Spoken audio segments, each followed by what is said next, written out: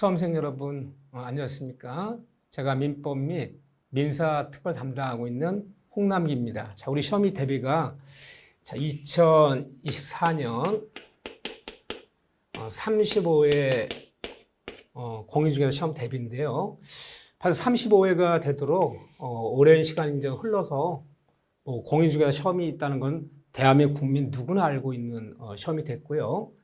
또 공인중개사 자격증은 국민 자격증이라 부를 정도로 대한민국 그 성인 남녀 중에서 가장 인기 있는 자격증이 됐죠, 이렇게요. 물론 전 공인중개사 업무가 부동산 시세라든가 또는 국가의 어떤 경제의 그 흥망성쇠에 따라서 좀 활성화되기도 하고 전개 업무가 위축되기도 하지만 어쨌든 자본주의 사회에서 부를 축적할 수 있는 것은 부동산이랑 금융투자, 주식 같은 거죠. 그 때문에 끊임없이 우리의 관심을 갖고 있는 건데, 자, 이제 어떻게 공부할 것이냐. 제가 담당하고 있는 민법인데, 자, 물론 1차 과목이 민법이랑 부동학개론 두 과목이지만, 자, 민법은 굉장히 중요하다고 그래요. 특히나 여러 과목 중에서. 물론 공인중개사 합격하신 분들 얘기가 중요한 거죠.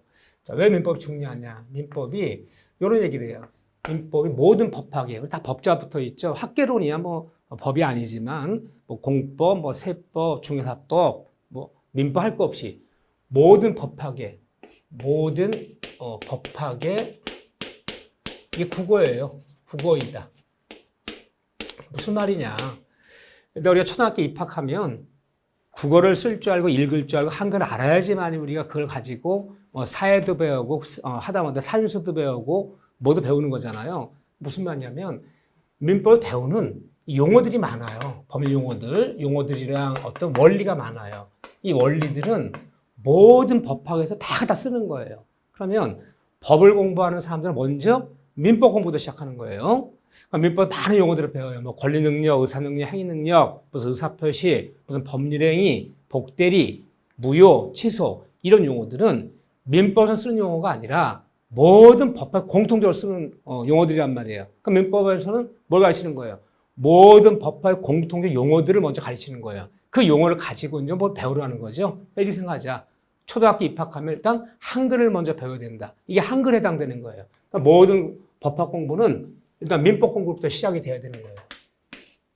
이게 시작돼서 어느 정도 민법이 용어들이 익혀졌을 때 이제 다른 과목들, 보통 2차 과목이죠. 여기서 이제 공시법이라든가 예를 들면 하다못해 세법이라든가 공법이라든가 중요법이라든가 이런 법들의 모든 이게 이제 기초가 되는 거예요. 자, 왜 그런가 한번 내가 살펴볼게요. 그러니까 민법에서는 뭘 논하는 것이냐? 우리 민법이라는 것은 사인들의 법률이라고 그래요. 국민들의 재산 관계 또는 가족 관계를 이렇게 규율하는 게 민법이란 말이에요. 한번 예를 들어 볼게요.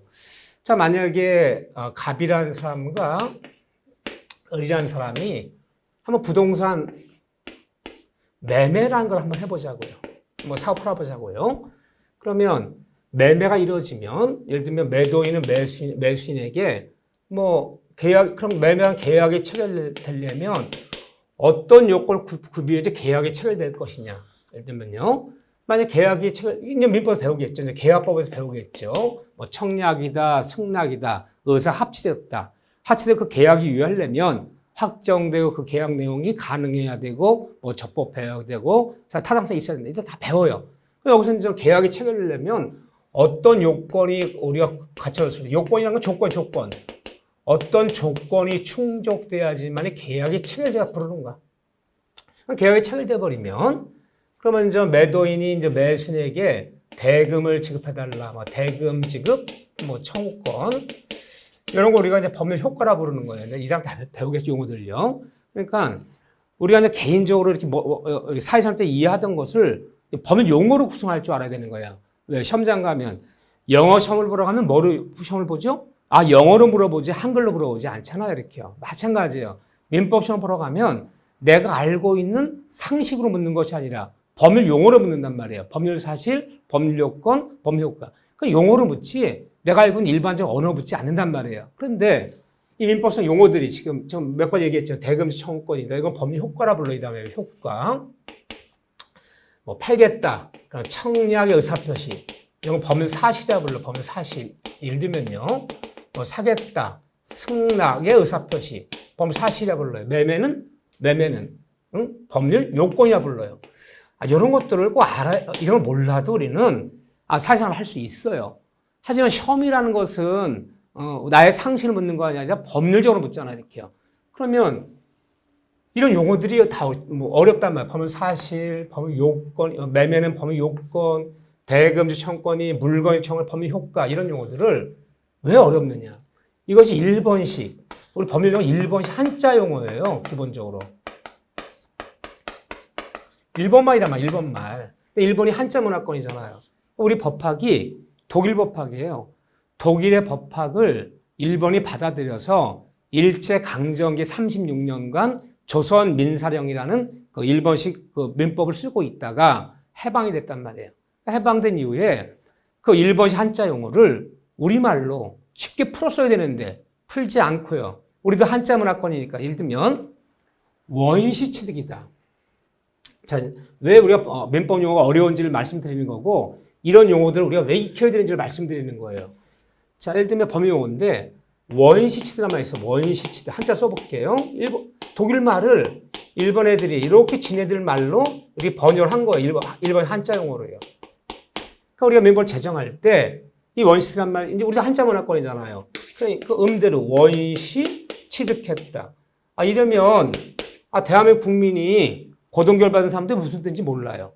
그러니까 일본 한자 용어 그대로 음만 따다 이게 법률용어를 썼단 말이에요. 그러니까 우리말로 풀면 원시 취득이란 말은 이 세상에 없던 권리를 최초로 권리를 최초로 만드는 거. 그럼 원시 취득했다 불러요. 한 예를 들어 볼게요. 가옥이 있는데, 자, 토지가 있는데 내 토지에 건물을 신축했어요. 그러면 그 건물에 소유권이 취득되는데 그 소유권 취득은 최초 만든 소유권이야. 건물에 신축했다는 소유권 취득은 원시 취득했다 불러요. 권리를 최초 만드는 거. 이런 식으로 풀어서 썼으면 얼마나 좋겠습니까?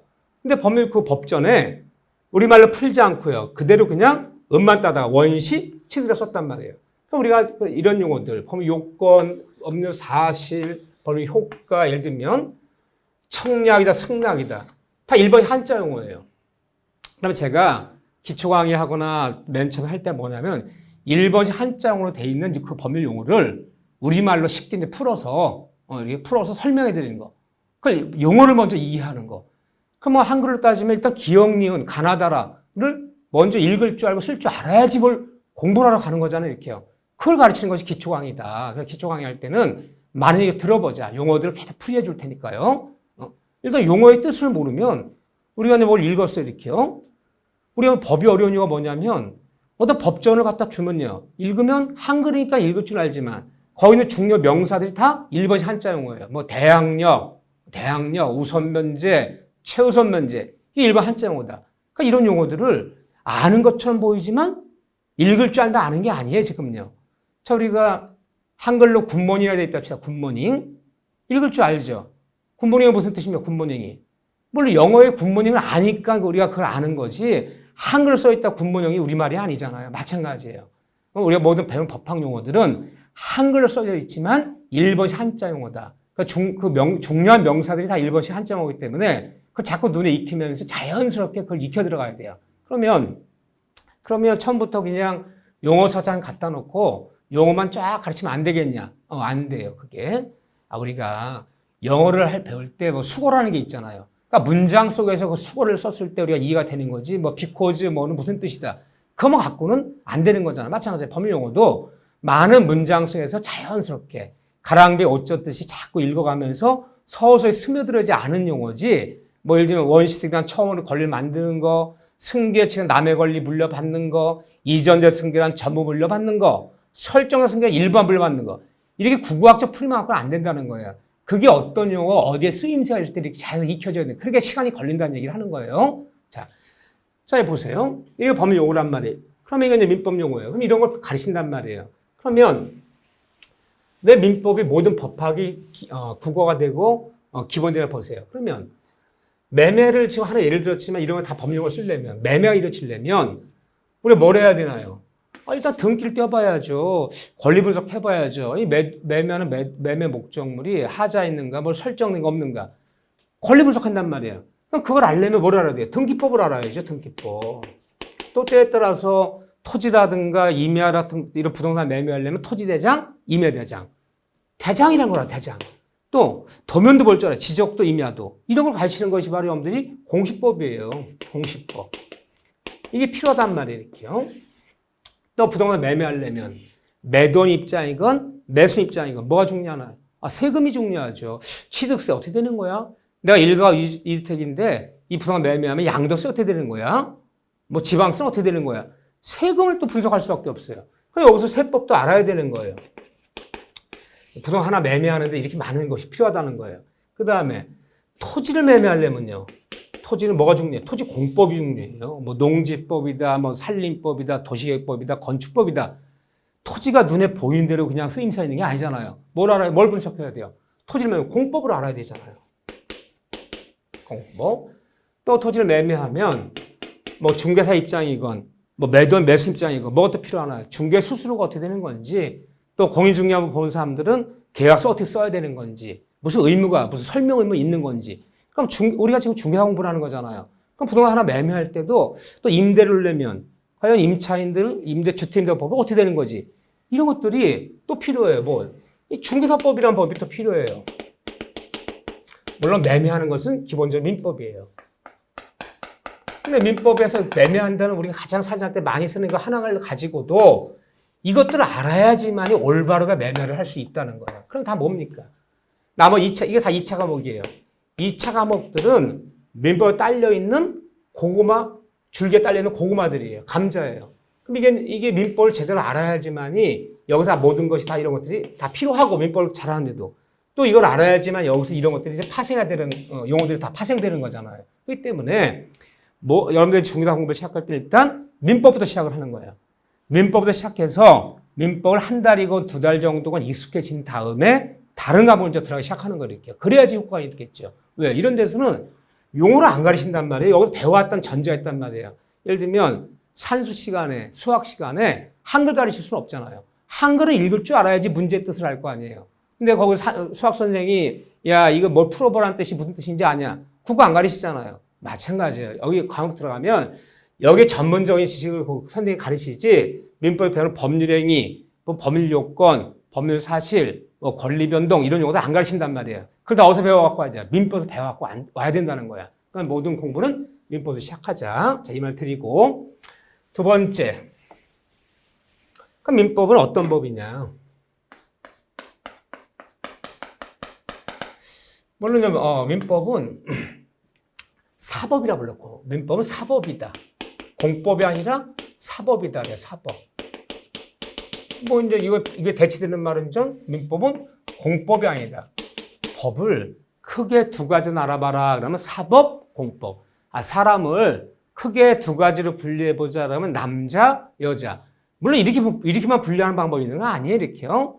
뭐 연령별로 분류하면 뭐 유아, 소년, 노인, 장년 이렇게 부르고 뭐 인종별로 분류하면 아시아종, 뭐 아프리카, 뭐 유럽인 이렇게 분류할 수 있어요. 여러 가지 분류 방식이 있지만 대표적으로 분류해봐라 하면 남자, 여자 분류하듯이 법학을 분류해봐라는 법이라는 것을 공법 아니면 사법.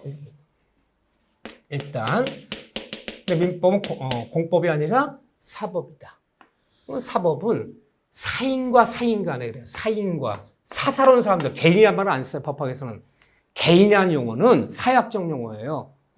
개인은 공인이 되기도 하고 사인이 되기도 하는 거야. 내가 개인이죠. 공무원이에요. 그럼 내가 출근해서 업무를 볼 때는 그건 공인의 자격이고 내가 퇴근해서 개인적으로 돈도 빌리고 뭐 남과 계약 맺고 하는 건 그건 사인의 자격이고 개인은 공인이 됐다 사인이 됐다 하는 거야. 근데 그 공인이 아닌 사인들의 사사로운 사람들의 사인과 사인 간에 이렇게 얘기해요.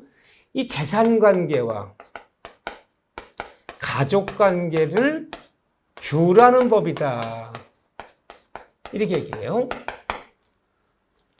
개인과 개인 간에 아주 쉽게 얘기하면 사인과 사인 간에 재산관계와 가족관계를 규라는 법이다. 이게 민법이에요. 근데 사인과 사인 간은 기본적으로 뭐예요? 평등 개념이죠. 대등 개념이지 뭐 상묘하복이나 뭐 불평등한 게 아니잖아요. 그러니까 민법을 공부할 때는 민법이라는 그 법 자체가 평등 개념을 잘 알아야 돼요. 평등 개념을. 대등 개념을 잘 알아야 돼요. 그럼 예를 들면 매매가 이루어지면 매도인은 매수인에게 권리가 하나 생겨요. 자, 무슨 권리가 생길까? 매도인은요. 매매가 체결됐어요. 부동산 매매가 체결됐어요. 매도인은 매수인에게 대금을 지급해달라.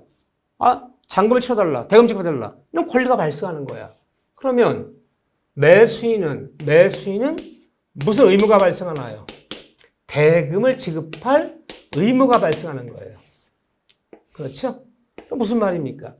누구의 권리는 뒤집으면 누구의 의무가 되는 거야. 돈을 빌려준 채권자가 내 돈을 갚아달라라는 권리가 있잖아요. 그럼 돈을 빌려준 채무자는요, 돈을 갚을 의무가 있는 거죠. 한쪽 사람의 권리는 타방, 누군가의 의무가 되는 거예요, 항상. 그렇죠? 그럼 매도인이 이런 권리만 얻고 매수 의무만 되는 거냐? 남한테 권리를 하나 얻으면 의무를 하나 줄 줄 알아야 돼요. 또 남한테 의무를 하나 치면 또 무슨 권리가 또 하나 있어요. 이래지 대등 개념이잖아요. 그럼 매도인의 의무는 뭡니까? 약속한 날짜에 목적물 인도해 주는 임무. 약속한 날짜에 목적물 인도해 줘야 될 거 아니야. 그럼 매수인의 권리는요? 목적물 인도 청구권. 아니 왜 계약 날짜에 안 넘기냐 물건을. 그럼 얘는 얘한테 목적물을 인도해야 돼. 약속한 날 넘겨달라. 목적물 인도 청구의 권리가 또 있는 거야. 그럼 매수인은요? 매도인은 목적 인도할 의무가 있는 거죠. 자, 보세요. 남한테 권리를 하나 얻으면 의무를 하나 줄 줄 알아야 된다. 남한테 의무를 부담하면 남한테도 권리를 하나 또 얻는다. 이게 대등관계잖아. 또 한쪽 사람의 권리는 뒤집어 누구의 의무가 되는 거야. 그러면 임대인의 권리 그러면요. 뒤집을 줄 알아야 된다는 거야. 건물주 임대인의 권리는 임차인의 의무가 되는 거야. 그러면 임대인의 의무는요. 건물주 임대인 의무는요. 임차인의 권리가 되는 거죠. 이 권리가 항상 있는 거예요. 임대인은 월세를 지급해달라는 권리가 있어요. 그 대신 내가 권리 하나 더 의무 하나 줘야 된다 했잖아요. 그럼 임대인이 무슨 의무가 있습니까? 목적물을 임차인이 사용하는데 불편함이 없도록 유지 관리해주고 수선 수리해주고 목적을 두고 방해자 나타나면 방해를 제거시켜주고 목적을 약속하는 인도해주고 그 의무가 생기는 거야. 사람들이 내 권리는 잘 알아. 권리만 알지 의무를 몰라요. 그럼 건물주는 권리만 있는 거냐? 의무 있어요. 또 임차인은 차임을 집어 의무가 있으면 임차인도 권리가 있는 거야. 목적을 유지 관리해달라. 손수리해달라. 응? 또 목적을 유지 관리해달라. 추정할 수 있잖아요. 고장나면 고쳐달라.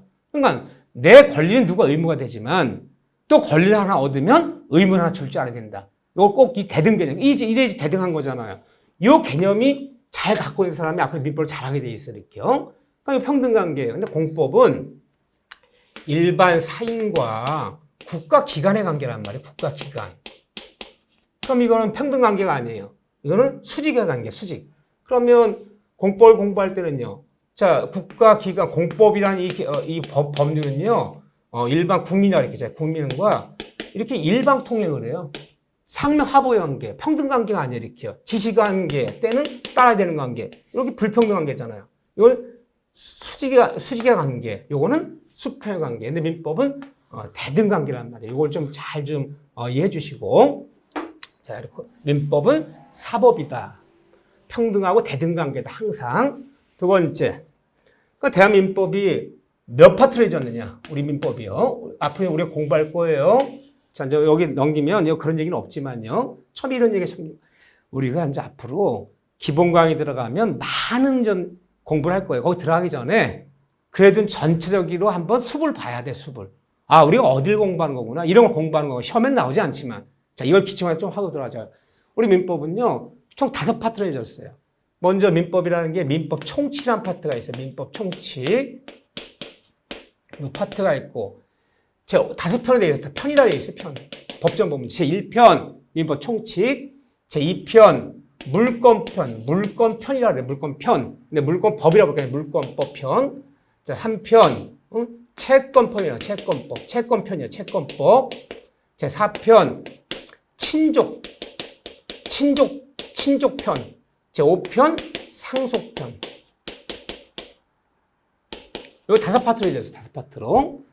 자, 5파트로 이루어졌는데, 한번 볼게요. 먼저 물권이라는 물권편이 어떤 거냐. 이거 우리한테 중개시험에 제일 중요한 파트 이게요. 우리가 물건을 중개하기 때문에 부동산 중개하잖아요. 시험 문제도 이게 제일 많이 나와요. 여기서 보통 14문제에서 15문제 나온다 쳐. 15문제. 민법 총점 보통 뭐 한 10문제, 뭐 계약, 뭐 채권법 여기 한 10문제, 그 다음에 여기는 시험 범위가 아니에요. 시험 범위가 아니고, 우리가 민사특별법이다. 그래서 보통 민사특별법에서 5문제에서 6문제. 얘가 6문제 나오면 이게 이제 14문제로 줄어들기도 하고요. 이렇게 해서 여기에 5문제에서 6문제. 우리 시험 범위 여기에요. 그런데 이게 어떤 파트인가? 이 5표로 구성되어 있는 게 우리가 민법인데, 이 민사특별법은 뭐 여러분들이 이 다음에 얘기 들으면 알지만, 뭐 주택임대차보호법이다, 뭐 상가보호법이다, 중개보호법이다 많이 필요하죠. 상가보호법이다, 무슨 뭐 집합권법이다, 아파트 연립 빌라에서 공용부분이 뭐고, 대지권이 뭐고, 관리단이 뭐, 관리인이 뭐고, 뭐 가등기담보다, 뭐 양도담보다, 매도담보란 말이 뭐고, 명시탁하지 말아라. 실명법이요. 자기명으로 등기하라. 실명등기. 명시탁하지 말아라. 실명등기법이라 불러요. 이 다섯 개의 법을 우리 시험법에 들어가는 여유라는 건 아니 아직은요. 5개 법을 특별법이라 불러요. 이 특별법 민법이 아니에요. 민법은 법전에 규정되어 있는 게 아니라 민법 관련되는 특별법이다. 민법은 아니지만 이게 시험법 문제 5, 6문제도 나와야 될게요. 그런데 잘 보세요. 이 물권법은 어떤 걸 얘기하냐? 사람이 물건이요. 물건에 가진 재산. 물건에 가진 재산을 다루는 법이 바로 물권법이에요. 그러니까 물건에는 동산이 있고 부동산이 있잖아요. 그러면 아주 쉽게 얘기하면 물권법이란 사람이 동산, 부동산에 갖고 있는 재산적 권리를 물권이라 불러요. 어떤 부동산에 소유권이 있다, 전세권이 있다, 저당권이 있다, 어떤 또 지상권이 있다. 사람이 부동산에 가진 권리죠. 근데 우리 시험 범위는 우리 중개사 시험이잖아요. 부동산 중개하지 동산 중개할 일이 없잖아요. 그러니까 주로 뭘 물어요? 부동산에 가진 권리. 동산은 묻지 않아요. 우리가 뭐 중개 먹을 때 젖소 한 마리 중개하고 기계 한 마리 중개할 일이 없잖아요. 그러니까 물권법이지만 좀 더 좁히면 사람이 부동산에 가진 재산적 권리. 요거만 시험법이라고 생각하시면 돼요. 어쨌든 사람이 물건에 가진 재산적 권리를 우리가 물권이라고 불러요. 그러니까 채권은 뭐냐? 채권법은요. 사람이 사람한테 갖는 재산이야. 사람이 사람한테 갖는 재산을 채권이라 불러요. 돈을 빌려준 대주가 돈을 빌려준 차주에 내 돈을 갚아달라. 임대인과 임차인의 관계. 예를 들면 매도인과 매수인의 관계. 사람과 사람 관계 중에서 매도인이 매수인에게 대금을 지급해달라. 대금을 지급해달라.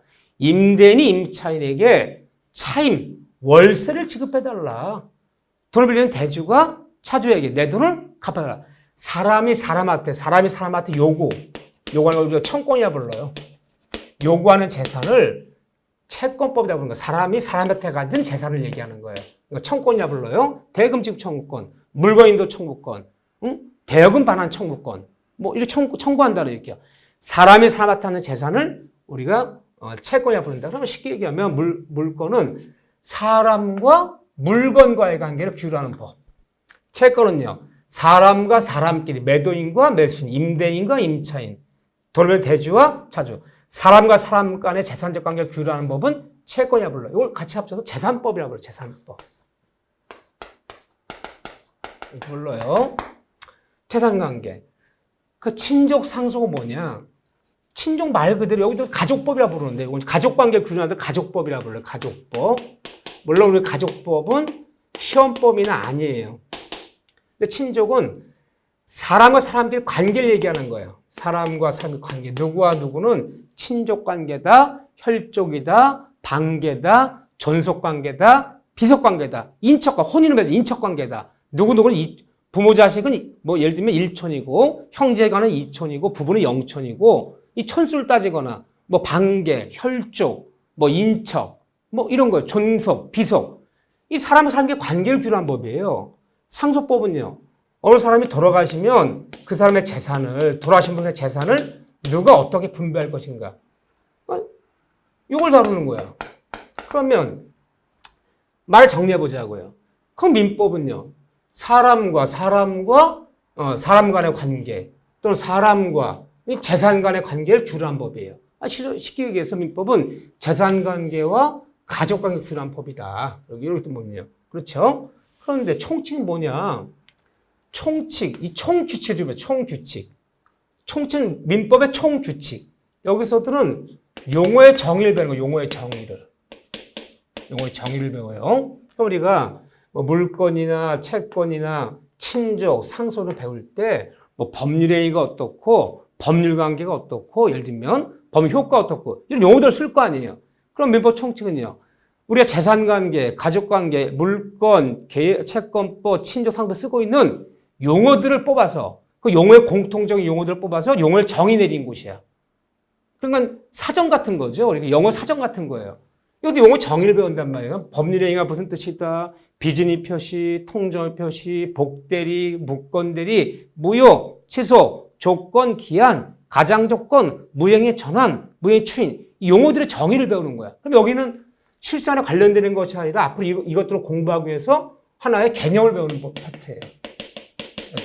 근데 우리 시험 범위는 자, 요 세 개가 시험 범위예요. 민법 총칙, 물권, 개헌이 시험 범위는 아니에요, 이렇게요. 그런데 특징들을 이제 한번 얘기해 볼게요. 자, 그러면 우리가 민법 5편이 있는데 이 중에서 요 3편까지 시험 범위예요. 자, 그런데 민법 총칙은 학문적이에요, 그냥. 학문적이고 추상적이에요. 용어를 가르쳐야 되니까. 우리가 총칙을 배울 때, 이런 걸 배워서 어디에 써먹는 건지, 어디에 써먹는 건지는 물권법 계약법을 가야지 아는 거예요. 거기서 실생활에 써먹는 거예요. 일단 용어를 먼저 가르친다고, 용어를. 그러니까 용어만 배울 때 얼마나 지루합니까? 추상적이기 때문에. 도대체 이런 법률행위, 법률요건, 법률사실, 법의 목적, 가능, 불능 이런 얘기들을 어디에 써먹으려고 그러는 거지? 어디에 써먹는 건지는 여기 가봐야지 아는 거예요, 이제요. 그러니까 용어를 먼저 가르친다, 용어를 먼저 이렇게요. 그러니까 여기 민법 총칙은 이날 배워보면요. 공부가 어려워요. 가장 어려워요. 너무 추상적이고 까다로워요. 왜? 우리가 사실 아직 안 쓰는 용어들이에요. 나 민법 공부하기 전에 뭐 복대리니, 표현대리니, 예를 들면 뭐 사적 타당성이니 이런 얘기 써본 적이 없어. 근데 그런 용어들을 쓸 줄 알아야지만 이제 공부를 하러 들어간단 말이에요. 용어를 먼저 가르친단 말이에요. 공부는 어렵다. 공부는 어려운데 시험에서 득점은 쉬워요. 이런 특징이 있어요. 우리가 이제 앞으로 공부 들어갈 때 왜 그러냐? 시험 문제는 나올 만한 데만 나와요. 왜? 우리가 부동산 민법이고 중개사 민법이잖아요. 우리 법대학생들처럼 뭐 논리를 치밀하게 알자는 게 아니라 중개 업무를 볼 때 필요한 지식을 배우자는 거잖아. 그렇죠? 가르치는 다 가르치지만 시험 문제 나올 땐 다 정해져 있어요. 이 다음에 10문제 중에 8문제를 그대로 찍으면 그대로 나와요. 그런데 물권법은요. 이거 공부하기는 쉬워요. 왜 쉽단 말을 쓰냐면요. 이제 배워보면 물권법은요. 뭐 전세권이 어떻고 뭐 저당권이 어떻고 뭐 소유권이 어떻고 부동산 등기하는 게 어떻고 다 일상용어 많이 쓰잖아요. 많이 사실 우리 경험하는 것이고 많이 들어봤던 용어들이야. 공부가 그래서 낯설진 않아요. 그런데 막상 시험에서 득점은 어려워요. 왜 그러냐. 굉장히 디테일하게 나온단 말이에요. 왜? 우리 중개업무 볼 때 민법에서 가장 많이 쓰는 게 물권법이에요. 부동산 물건이 나오면 뭐 권리 분석도 하고 전세권이 설정되니 저당이 잡혀있느니 소유권 이전 어떻게 하느니 이게 주로 중개 업무란 말이에요. 이게 가장 디테일하게 나온단 말이에요. 근데 채권법은 시험 범위는 평이에요. 공부하기도 평이에요. 시험 문제도 그냥 평이에요. 이런 특징이 있어요. 자, 민사특별법 얘기는 하지 않을게 아직 내가. 특별법은 이 다음에 마지막에 완성되는 거예요. 일단 민법을 어느 정도 알아야지, 여기를 어느 정도 알아야지만이 그 지식을 가지고 이걸 배우러 가는 거예요. 그래서 여러분들이 민사특별법 굳이 내가 만약에 공부를 1월 달부터 시작했다 그러면 한 4월쯤 정도 가서부터 특별법을 좀씩 공부하는 거예요. 민법을 모르면요. 특별법 배울 수가 없어요. 민법을 안다는 전제하에, 이건 마찬가지예요. 1차 방정식을 안다는 전제하에 2차 방정식을 배워야 될 거 아니에요.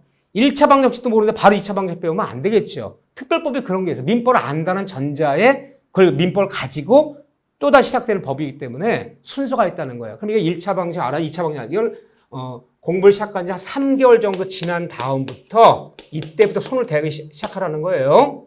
공부하는 방법이요. 그러면 여기 왜 이렇게 어렵냐. 우리가 민법 총칙 10문제 한다 그랬죠, 제가. 응?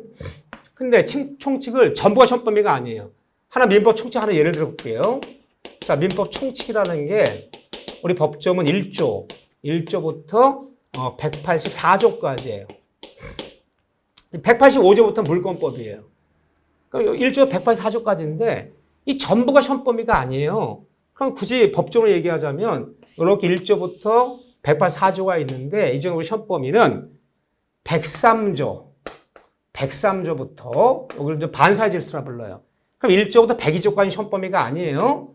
그다음에 103조부터 보통 156조 정도까지 여기까지 시험범위예요. 여기서 얼문제 나오는 거예요. 그럼 157조, 184조가 또 시험범위가 아니에요. 무슨 말이냐. 우리 총칙 시험범위라 얘기하지만 총칙 전부가 시험범위가 아니라 우리 중개업에 필요한 지식을 배우는 법률행위 파트. 중간 뚝 자르는 거예요. 여기부터 중간까지가 시험범위예요. 그러니까 앞도 배우지 않고 뒤도 배우지 않아요. 그러면 중간부터 중간까지가 시험범위 때문에 시험범위가 아닌 이 앞에를 설명할 수가 없잖아요. 우리 항상 학문이란 게 그렇잖아요. 여기를 알아야 요거를 알고 순서대로 끼올라야 되는데 여기 시험범위가 아니란 말이야. 시험범위가 아닌 데서도 용어를 쓴단 말이에요. 뭐 권리능력, 의사능력, 행위능력. 예를 들면 권리의 주체, 권리 객체, 법인 이런 데 시험범위가 아니야. 근데 우리가 민법 공부를 하다 보면 여기서 배운 용어들을 쓰기도 한단 말이에요. 용어를 쓴다고 해서 이걸 가르칠 수가 없잖아요. 시험범위 아닌 부분에 시간을 할애할 수가 없잖아요. 그럼 어떻게 보면 내 초등학교를 들어갔어요. 교과서 1페이지부터 공부하는 게 아니라 중간을 피시라는 거야. 이게 250페이지 책인데 자 100페이지부터 바로 시험이니까 100페이지부터 들어갑니다. 100페이지부터 바로 설명하니까 이해가 안 되죠. 근데 그 이해가 안 된다고 짧은 시간에 앞을 가르칠 수가 없잖아. 우리가 시험 공부하는 거지 민법 학문 공부하는 거 아니잖아요. 그럼 우리가 운전면허를 따라가면요. 운전면허에서 운전면허를 따는 데 주력을 해야지 이 운전의 원리가 어떻게 되는 거고 그걸 차차히 알면 얼마나 좋아요. 근데 이렇게 하라 저렇게 하라 이렇게 해서 일단 따고 나서 먼저 주행도 하고 뭐 연습하면서 운전이 익숙해지는 거 아닌가요?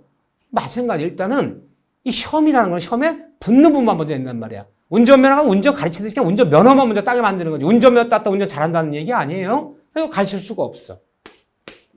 또 이걸 배우고 나서 뒤를 가야 될 거 아니에요. 이것도 가르칠 수가 없어요. 근데 원리 건너뛰냐. 그 다음에 물권법을 건너뛰는 거예요. 시험범위로요. 건너뛰는 거예요.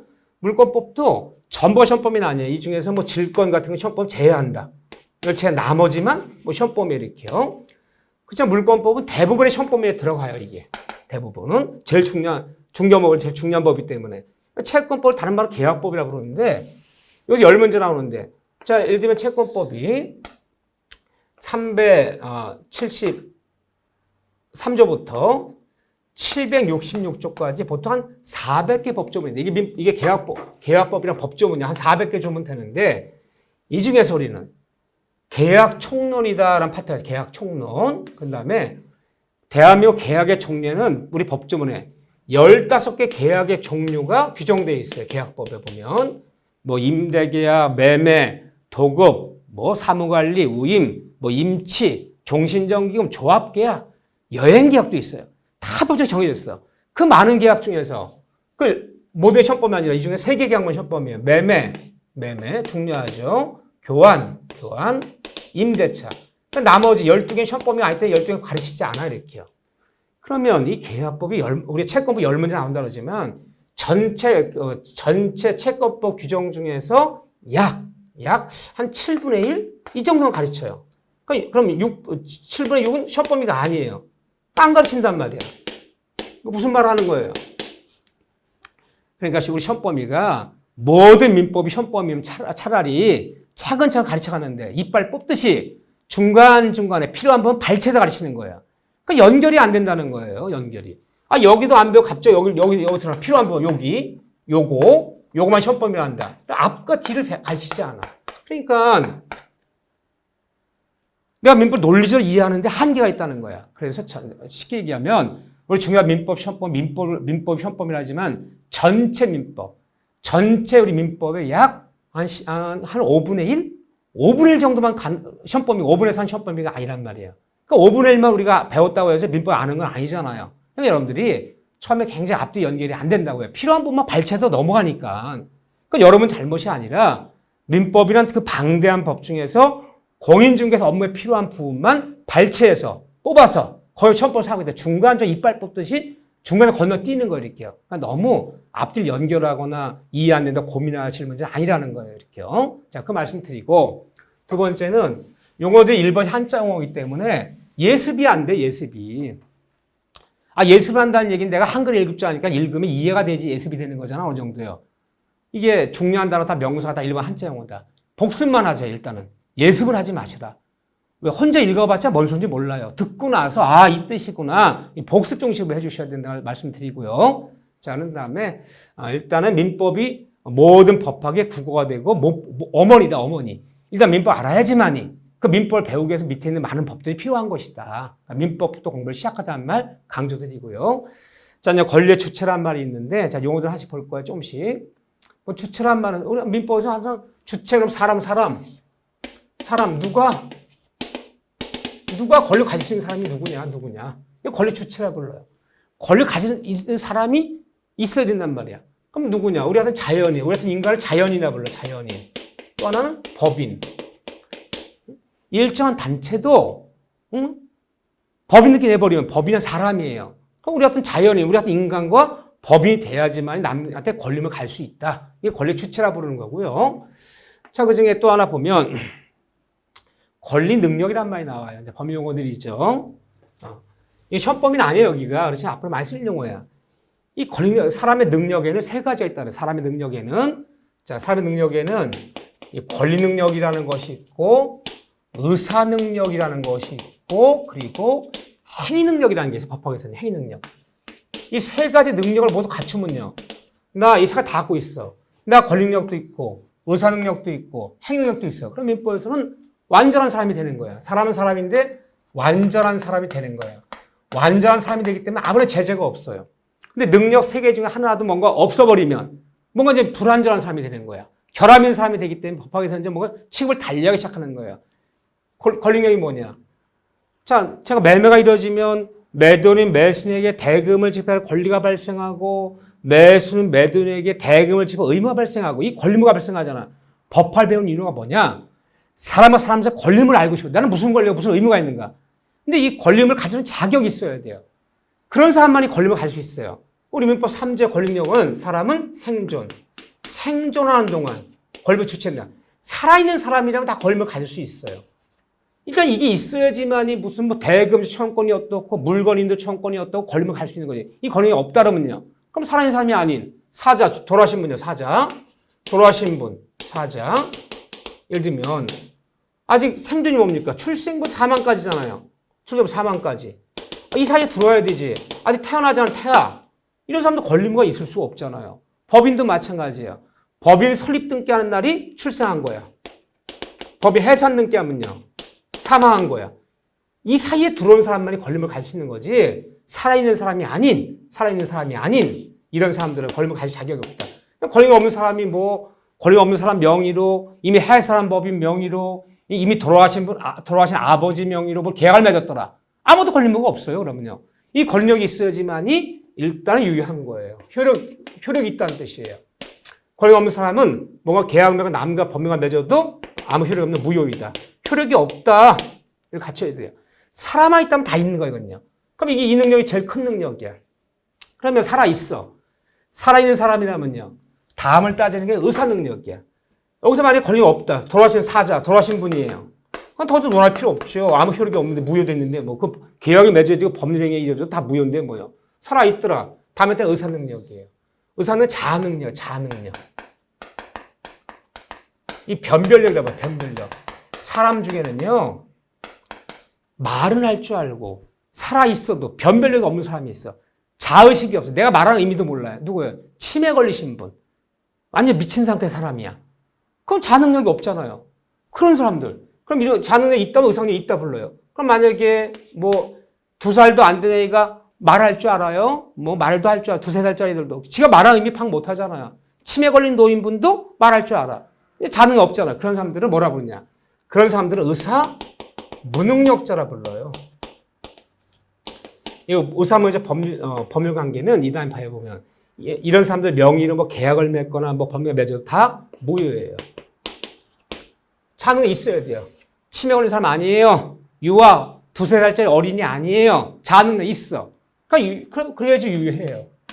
통과했어요. 여기서 이거 걸려버리면요. 여기 걸려버리면 이건 논할 필요 없는 거야. 이게 무효됐기 때문에. 살아있더라. 아주 자능력 있더라. 마지막 따지면 행위능력이에요. 행위능력이 뭐냐? 변별력이 있어요. 변별력이 있고 내가 말하는 의미 파악할 수 있지만 판단력이 좀 미숙하다고 해요. 판단력이 미숙하다. 판단력이 좀. 이건 있는 거죠. 이게 일단 전제 이거예요. 판단력 미숙한 사람을 뭐라 부르냐? 이런 사람들을 제한능력자라고 불러요. 대표적인 사람 누구냐? 그럼 미성년자. 만 19세가 안 된 미성년자는 자의식이 있어. 내가 말하는 의미 파악할 줄 알아. 그래도 나가서 부모의 동의도 안 받고 핸드폰을 샀더라. 그게 유해해요. 왜? 의사는 있기 때문에. 하지만 판단이 미숙하기 때문에 뭐 할 수 있느냐? 없었던 일로 취소가 가능해야 돼요. 부모 쫓아와서 다 취소합니다. 이게 가능하다고 그래요. 그러면 사람 능력 세 가지가 있는데, 그럼 저를 예를 들어 볼게요. 저 살아있죠? 권력 있어요? 나 변별력 있는 사람이에요. 나 치매 걸리거나 이런 사람도 아니에요. 의상력 있죠? 나 미성년자 같은 사람은 아니야. 제한능력자 아니야. 또 법원에서 무슨 선고를 받아요. 태어날 때부터 우리 아들은 약간 좀 전응하라 그럴까요? 약간 좀 미숙한 사람이니까 선고를 내달라. 그래서 성령 후견예시라 불러요. 그 선고받은 사람들은 제한능력자는 일단 계약 맺은 게 유효하지만 뭐 할 수 있다? 취소할 수 있다. 또 법원에 선고받은 적 없어요. 저 미성년자 아니에요. 행위능력 있죠? 다 통과했어. 다 통과하면 나는 완벽한 사람이다. 이 계약은 이 법령 유효해요. 이 중에 하나 더 걸려버리면 의사능력까지 걸리면 무효. 제한능력 걸리면 취소가 되는 거예요. 이렇게요. 그럼 사람 능력을 그림으로 그리자면 살아있는 모든 사람은 다 뭐가 있어요? 권력이 있어. 이 권력도 없다면은 논할 필요 없는 거고요. 그 다음에 뭐예요? 자아능력이 있어. 나 의사능력이 있어요. 여기까지 있어버리면 다 이제 유효한 거야. 이 중에 하나 걸려버리면 다 무효가 되는 거예요. 효력이 없어요. 민법에서. 아무 법적 효력을 안 줘요. 이 계약은 다 무효예요. 의사능력이 있어. 마지막 따질 게 뭐냐? 행위능력이야. 행위능력까지 갖추면 이제 완벽한 사람이야. 난 유효해요. 이 계약은 법에 유효해요. 여기 걸려버리면 제한능력자라 불렀죠. 미성년자 같은 걸려버리면 취소할 수 있다. 능력도 크기가 있는 거예요. 이게 일단 전자에 이걸 따지는 거고 이게 일단 전자에 이걸 마지막으로 이걸 따지는 거야. 제한능력에 걸려버리면 취소할 수 있다. 이런 게 이제 앞으로 시험범위 아니지만 많이 쓰게 된 용어들이에요. 자, 이렇게 보면 여기까지 행위능력까지 슬슬 읽어보시면 돼요. 제한능력자 이런 사람들이 있다. 시험범위 아니지만 앞에 많이 쓰는 용어들이고 자, 여기까지 해서 읽으신 제가 안내, 민법의 안내와 함께 민법이 왜 민법도 공부를 시작해야 되는 건가? 민법이 공시법, 중개사법 다 이런데 이걸 다 종합해서 민법에 다 지적 써먹어야 된다는 거. 민법이 모든 법학의 어머니다, 모법이다. 또 모든 법학의 국어다. 일단 국어를 할 줄 알아야지, 국어를 읽을 줄 알아야지만이 다른 법학을 배워 들어가는데 편리하다. 이 정도만 챙기시고요. 여기까지 하고 다음 시간에 이어서 용어들 중심으로 우리 앞으로 공부할 것들 총칙해서 용어들 좀 몇 가지 정리를 하겠습니다. 자, 여러분들 수고하셨습니다.